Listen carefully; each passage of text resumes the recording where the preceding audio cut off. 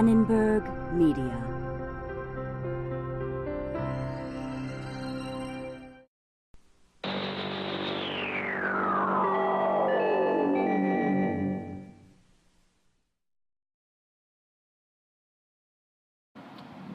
The year is 1993.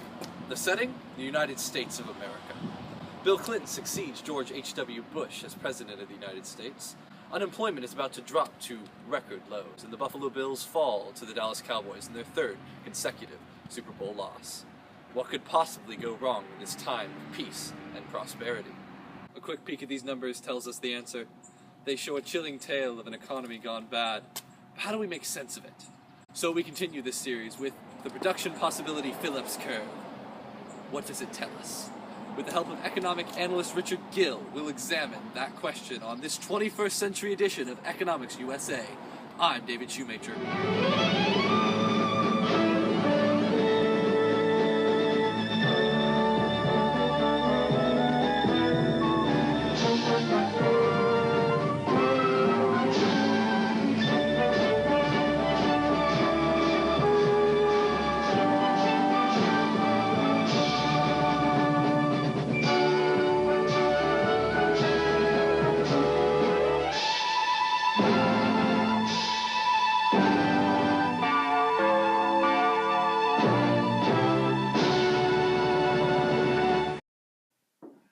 Entering the final stretch of the 20th century, only two questions were on the minds of the world's most prestigious economists.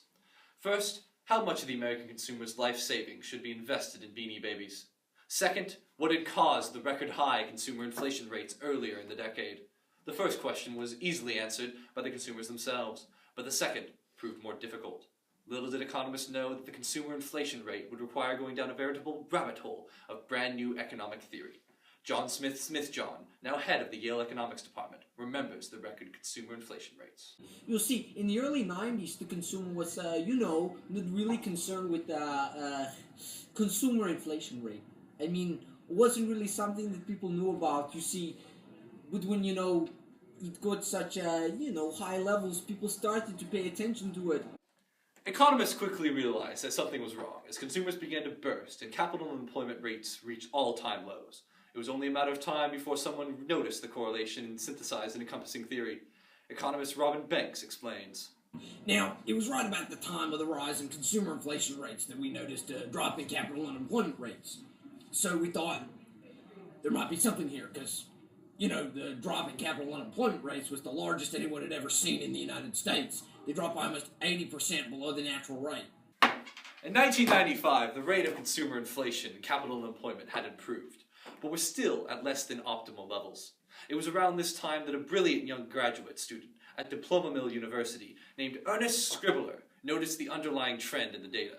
Holding all else equal, capital and employment tended to fall when consumer inflation rose, and vice versa. This seemingly minor discovery of the correlation between two economic variables was in truth a major breakthrough in macroeconomic theory, perhaps paralleled only by Adam Smith's theory of the invisible hand. From past data on similar fluctuations, Scribbler was able to construct the rudiments of the first Production Possibility-Phillips curve, or PPPC for short. For more explanation and analysis of the PPPC, we turn to economic analyst Richard Gill. What are you talking about, David? The 1990s in this country were a time of prosperity. Surplus. We didn't have any of this consumer inflation that you keep talking about. Do some research, and then...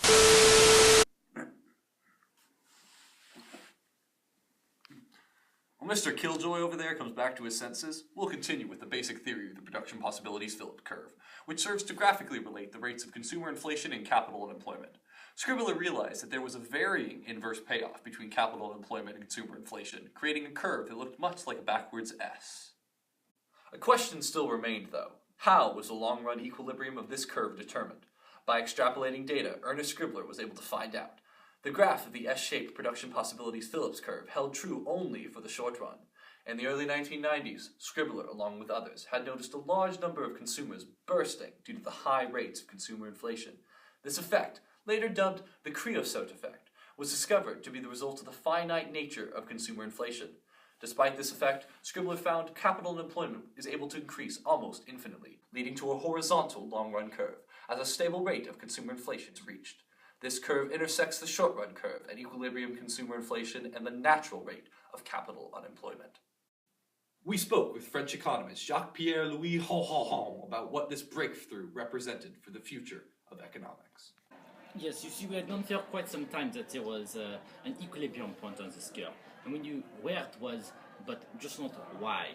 And it was all very difficult and confusing.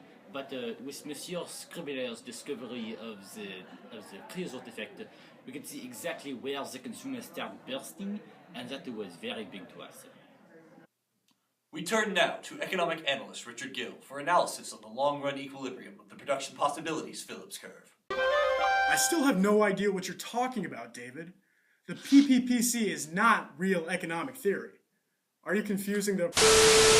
Moving into the 21st century, the issue of capital unemployment and consumer inflation was finally resolved by the genius of Scribbler, who went on to win the Nobel Prize in Economics in 2001.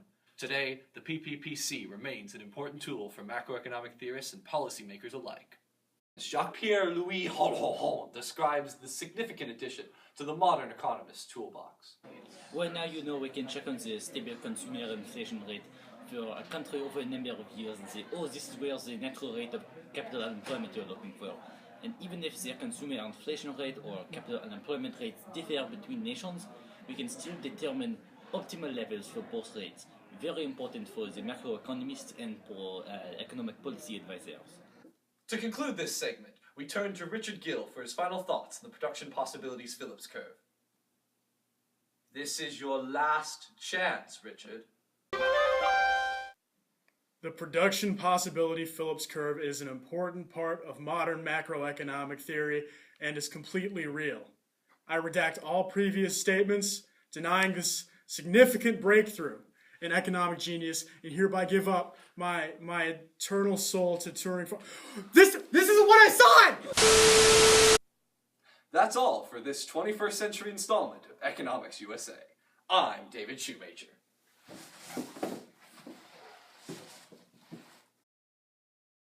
Funding for this program is provided by Annenberg Learner and Diploma Mill University. For information about this and other Annenberg Learner programs, call 1-800-LEARNER and visit us at www.learner.org.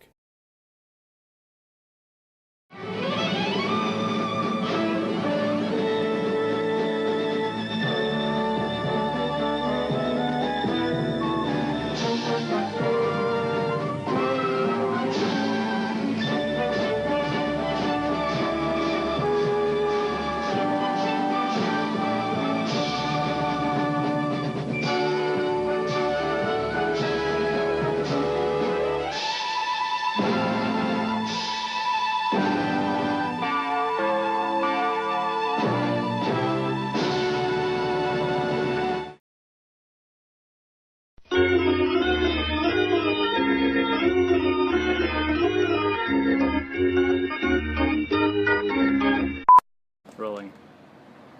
A quick peek at these numbers tells us the answer. A quick peek at the... Wow, okay, I really do...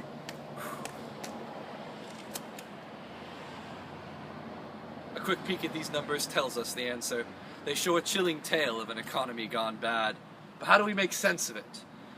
So we continue this series with the production possibility-Phillips curve. What does it tell us? With the help of economic analyst... Little did economists know that the consumer inflation rabbit... I skipped a line. Second, what had caused the record high inflation? That's a normal thing. Economics is... We had nothing of this consumer surplus that you're talking about. Consumer Do some inflation. research. Oh, consumer inflation. What did I say? You said consumer surplus. Consumer surplus. That's a real You're thing. talking about the... and the natural rate of capital unemployment. I hope my watch didn't get in the end. I think it did. If your watch screwed this up, then... You're too tall. I'm having a difficult time getting both you and the trash can in the shot at the same time. This is your last chance. All right. I need help. I'm stuck.